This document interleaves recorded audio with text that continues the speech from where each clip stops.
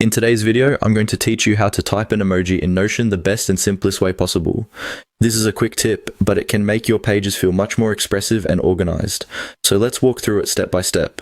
First, go ahead and open the Notion page where you want to add an emoji. This can be any page, a notes page, a task list, a journal entry, or even a database item. Make sure your cursor is active in the spot where you want the emoji to appear. For example, you might click into a heading, a paragraph of text, or a new line you've just created. Once your cursor is in place, you're going to use Notion's built-in slash command. Simply type a /, then the word emoji right after it, so it looks like this, /emoji. As soon as you finish typing emoji, Notion will recognize this command and open up the emoji selector for you. You should now see a panel or pop-up with a full list of emojis you can choose from. This is similar to emoji pickers you might see in messaging apps.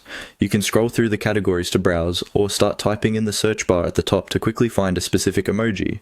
For example, if you type smile, you'll see different smiling face options. If you type check, you'll get various checkmark emojis you can use to mark tasks as done. When you find the emoji you want, just click on it, or use your keyboard's arrow keys to highlight it and press enter. The emoji will be inserted exactly where your cursor was positioned on the page.